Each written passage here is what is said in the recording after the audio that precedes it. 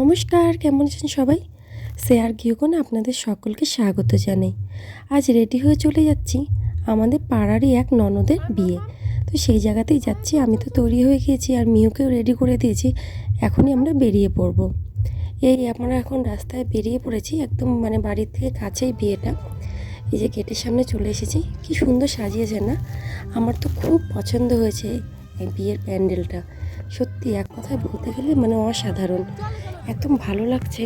আর তার সঙ্গে সবাই এত সুন্দর মিষ্টিভাবে সেজে এসেছে, আরও সুন্দর করে তুলেছে পরিবেশটাকে। এত যে ভালো লাগছিল। যাই হোক, অনেক তো হলো। এখন আমরা চলে যাব মেয়েকে দেখতে। চলে আসলাম ভিতরে। বাঁদিকে করেছে হলো এখানে পকোড়া, কফি, ফুচকা আর হলো জিলিপির কাউন্টার। যাই হোক, এইসব পরে খাবো। এখন ধীরে ধীরে আগে চলে যাব সে কোণের কাছে।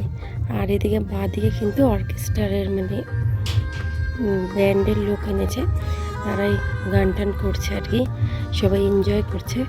তারপর হলো এইদিকে ভিতরে কিন্তু অনেকটা জায়গা, অ্যাকচুয়ালি এদের বাড়িতে না অনেকখানি জায়গা, তাই জন্য পুরো বাড়িটাকে এত সুন্দর করে সাজিয়েছে, চোখ জুড়িয়ে যাচ্ছে। ওই যে দূরে চেয়ারে বসে আছে মেয়ে আর কি, সেখানে এখন যাব গিফটটা দিতে। আমি নয়, আমার শাশুড়ি মাই গিফটটা দিয়ে দিবে। আমি এখান থেকে ভিডিওটা একটু করে নিচ্ছিলাম আর আপনাদের সঙ্গে আমি শেয়ার করছি যে কত সুন্দর করে এরা সাজিয়েছে। তারপর কিছু ফটো তুলে নিলাম। বিয়ে বাড়িতে এসেছি, ফটো তুলবো না তা কি কখনো হয় নাকি? তাই আগে সবার আগে ফটো তুলে নিলাম প্রিয় মানুষদের সঙ্গে। মেয়েকেও কিন্তু কম ফটো তুলে নিই। যাই হোক, তারপর চলে আসলাম সোজা খাবার টেবিলের দিকে। এখনই আমাদেরকে কিন্তু খেতে দিয়ে দেবে। এখানে মিহিকা ওর দিদির সাথে বসে পড়েছে, ওর ফেভারিট আয়েশি দিদি।